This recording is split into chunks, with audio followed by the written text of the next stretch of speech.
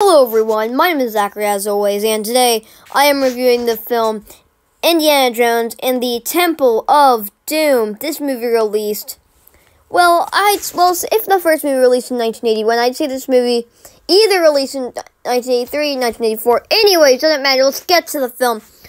This movie is directed by Steven Spielberg. Harrison Ford was obviously Indiana Jones, and when it came out, everybody knew this was going to be big regardless if people liked it.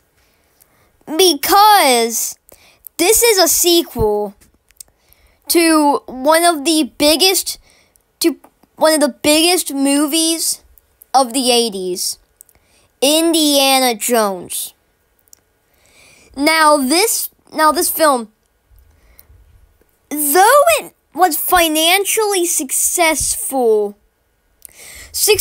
with critics and fans, not so much. And when it's rated low by critics, that's one thing.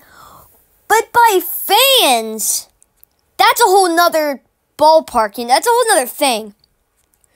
Me personally, I thought this movie was okay. I don't think it lives up to the original, but I still think it's good. I will leave it at that. Let's go over the movie. Yeah. So we start off in Shanghai, and it starts off with this nice musical number, this nice musical number. I liked it. Then Indy comes on screen, and we see this waiter. It's like, who is this guy? So then we see Indy, kind of talking to these Shanghai mafia guys. And now we need to remember that this is a prequel, so Indy isn't as morally sound, so to speak, as he is in this one or as he was in any of the others. He wants a diamond and he's willing to kill somebody to get it. That being Willie Scott, which we'll talk to her when she comes into play. But yeah. So eventually he gets poisoned, and then there's this whole thing where he's like punching girls, he's drugged out, he's sweating, his face is red, balloons are falling from the sky, and he's like trying to get like this antidote. It's like so goofy. I don't know, but yeah, he just goes around trying to get this antidote. He's just punching people, running around in balloons. And eventually, one of these mafia men, they just start shooting at him, and he gets behind this giant metal thing, and indented in that giant round thing was Paramount logo, which was nice. But anyways, so they escaped, and who did we meet after that? We met the man, the myth, the legend, Short Round. Literally one of the best characters of this entire movie. And after they make their grand-ish escape, we really start to get a taste of how annoying Willie Scott is. She is the reason Indy and Short Round were almost killed, because she dropped their only form of self-defense out of the car because she broke a nail. Yeah. So, anyways, they eventually escape on a plane, but that plane is owned by the villains. But Indy doesn't know that. So then we get the infamous scene. Not as infamous as the nuke scene, but an infamous scene of, can you guess? They jump out of the plane on a raft. They jump out of a plane on a raft and slide down the mountain into this huge river. And eventually this tribe finds them. And, what do they do here? They figure, they're starving. But you know what Indy wants? He wants fortune and glory. Again, this is a prequel, so obviously we know he's more morally sound in the later films and Raiders and stuff like that. But you'll see. So anyways, the place called Shanghai Palace. Not Shanghai Palace. Bangkok Palace. And now when they go to Bangkok Palace, they are met with this people, and we eventually learn about this thing called the Thuggee cult. And they worship this guy named Mullah Ram. And there's this nice sequence before we get to learn about this cult where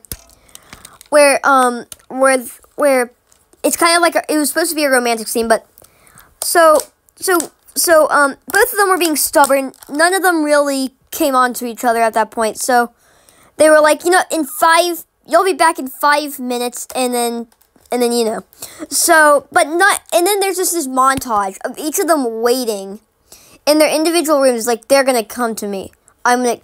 They're gonna come over to my room. No, I'm gonna come over to their room. It's like this back and forth in different rooms. It's this montage until Indy gets attacked, and it's a pretty interesting part. In fact, there was a fight scene, and the scene was and Harrison Ford did this stunt, and he threw out his back, I believe, doing it. He either threw out his back or he had some kind of injury when he was fighting in a fight scene, because he had pulled this big guy out from behind him and throw him forwards. And I guess that took a lot out of him. But anyways, so eventually they find out about this Thuggee cult. And they worship Mullah Ram. This is where a lot of people don't like this movie, because somebody gets their heart ripped out. Obviously, I can't show that. Somebody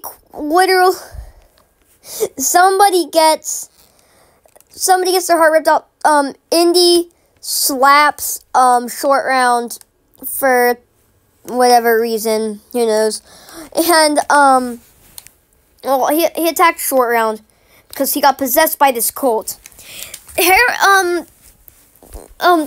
Well, Steven Spielberg and George Lucas did try a lot of different things with this movie to see what stuck. I'm kind of glad that they reverted to what they did, to more of what they did in the first film with the third one, but this was still interesting with what they tried to do. It wasn't all bad, but some of it was good. Short Round in this movie is amazing. He is the pinnacle. Short Round and Indy's relationship in this movie is the pinnacle of this movie. And they tried recreating that in Kingdom of the Crystal Skull, and even in Dial of Destiny, and it didn't work either of the times. Short Round is the GOAT, man. We needed him to return in Indy 5, but anyways, we're talking about the second one. So, anyways, eventually, they all escape, and they get over to this bridge, right? And now he's threatening to cut down this bridge. And now, for this scene, it was actually really interesting. What they did was, they built a real bridge that was that they made sure was stable, and they built it across these two mountains, and they put a bunch of mannequins on the bridge, and then they blew up the bridge, and they were like, we can only do this scene once, so they blew up the bridge, and good thing they did it once, because it was awesome. And obviously the mannequins fell. I just love how they did that scene, and nowadays if they did that scene, it would probably honestly be all CGI. That is just so cool. So cool. Yeah. And then eventually Indy escapes. There's also this funny scene where he's chased out on the bridge. He scares off a couple of the swordsmen, and then a whole bunch start running at him. They run away, and then a whole bunch and a whole herd of them starts running at him. Funny sequence. Anyways, so later in the film, Willie and Indy make up. They do stuff, and it's cute. I don't know. Good thing she wasn't in any of the other movies. Now, no offense to the actor, and I get what they were going for there, because they wanted her to be annoying, and well, oh boy, did they pull that one off. Oh jeez. So yeah, guys, I just wanted to talk about Indiana Jones and the Temple of Doom. This in my top 5. I'm not gonna lie, this is gonna be my 5. But, anyways, if you enjoyed this video or any of my other content, please consider subscribing. And I'll see you in the next one. Goodbye. See you soon.